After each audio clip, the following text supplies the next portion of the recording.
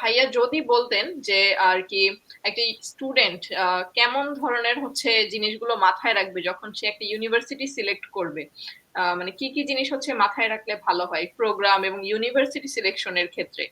এই ক্ষেত্রে আমার কাছে যেটা মনে হয়, ফার্স্ট অফ অল আপনি যে ইউনিভার্সিটিটা সিলেক্ট করছেন, এটা সিলেক্ট করার আগে আপনাকে বেশ কয়েকটা জিনিস মাথায় রাখতে হবে। ফার্স্ট অফ অল আপনি কোন সাবজেক্টে পড়াশোনা করতে চাচ্ছেন, আপনি যে সাবজেক্টে পড়াশোনা করতে চাচ্ছেন ওই সাবজেক্ট কি ওই ইউনিভার্সিটিতে অ্যাভেলেবল কিনা, নাম্বার ওয়ান। সেকেন্ড কথা হচ্ছে, অনেক ক্ষেত্রেই প্রশ্ন করে অনেকে, আমাকেও পার্সোনালি অনেকে ইনবক্স করে মানে জানতে চেয়েছেন যে ভাই আমি তো মিডল ক্লাস ফ্যামিলির সন্তান, তো এই ক্ষেত্রে কোন ইউনিভার্সিটিতে খরচ কেমন বা টিউশন ফিস কেমন।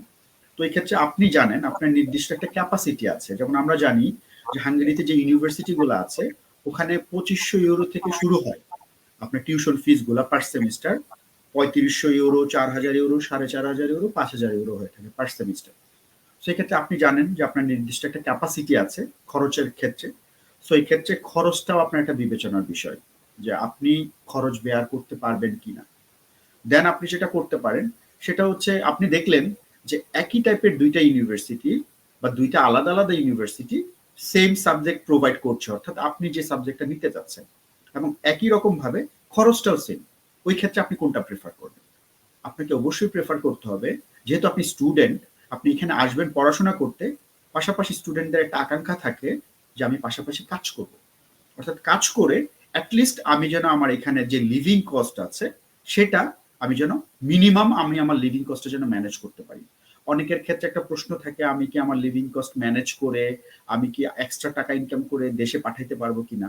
এই প্রশ্নটা হয়তো আপনাদের মধ্যে থেকে আসতে পারে, আমি অ্যান্সারটা রেখে দিলাম পরে দেওয়ার জন্য। তো এই ক্ষেত্রে আপনি দেখবেন যে আপনার কোন ইউনিভার্সিটিটা সেন্টারে, অর্থাৎ আপনি যদি কাজ খুঁজতে যান তাহলে যে ইউনিভার্সিটিটা সেন্টারে থাকবে ওটার আশেপাশে কাজের সুযোগটা বেশি থাকবে। যেমন আমি যদি এক্সাম্পল দিয়ে বলি, যেমন আপনার হাঙ্গেরিতে দুইটা পার্ট, একটা হচ্ছে বোডা, একটা হচ্ছে পেস্ট।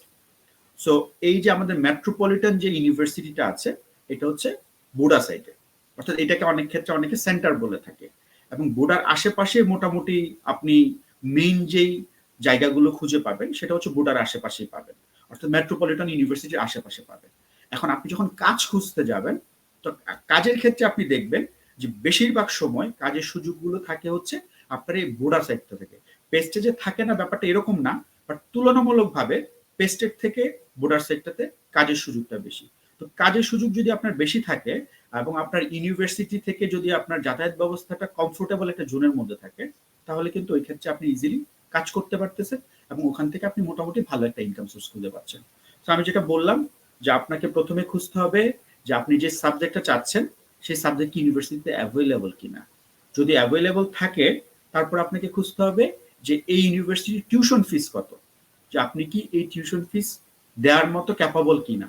দেন আপনাকে দেখতে হবে যে এই ইউনিভার্সিটির প্লেসটা কোথায়, অর্থাৎ অবস্থানটা কোথায়, যে এটা কি সেন্টার কোনো পর্যায়ে আছে নাকি একদম সাইডে।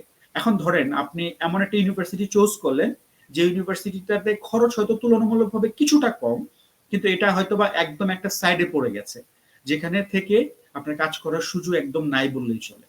সো ওই ক্ষেত্রে কিন্তু আপনি কাজ করতে পারছেন না, ইনকামের যে ব্যাপারটা থাকবে সেটাও কিন্তু আপনার জন্য অতটা ইজি হবে না। তো আমার কাছে মনে হয় এই ব্যাপারগুলো খেয়াল রাখলেই আপনার যে কোর্সটা আছে সেটা আপনি ইজিলি সিলেক্ট করতে পারেন। আর কোর্স সিলেক্ট করার জন্য আপনার প্রি রিকুইজিট যে ব্যাপারগুলো থাকে, যেমন আপনার যেমন অনেক ইউনিভার্সিটি চায় যে মিনিমাম 60% মার্কস। সেই ক্ষেত্রে অনেকের দেখা যায় 60%-এর থেকে একটু কম থাকে মার্কস। সো এই ক্ষেত্রে আপনি চেষ্টা করবেন যে যে ইউনিভার্সিটি গুলা আপনার রিকোয়ারমেন্টটাও ফুলফিল করে, অর্থাৎ আপনার ক্যাপাসিটিটাকেও তারা রেসপেক্ট করে, ওই ক্ষেত্রে ওই ধরনের ইউনিভার্সিটি গুলোকে সিলেক্ট করার জন্য।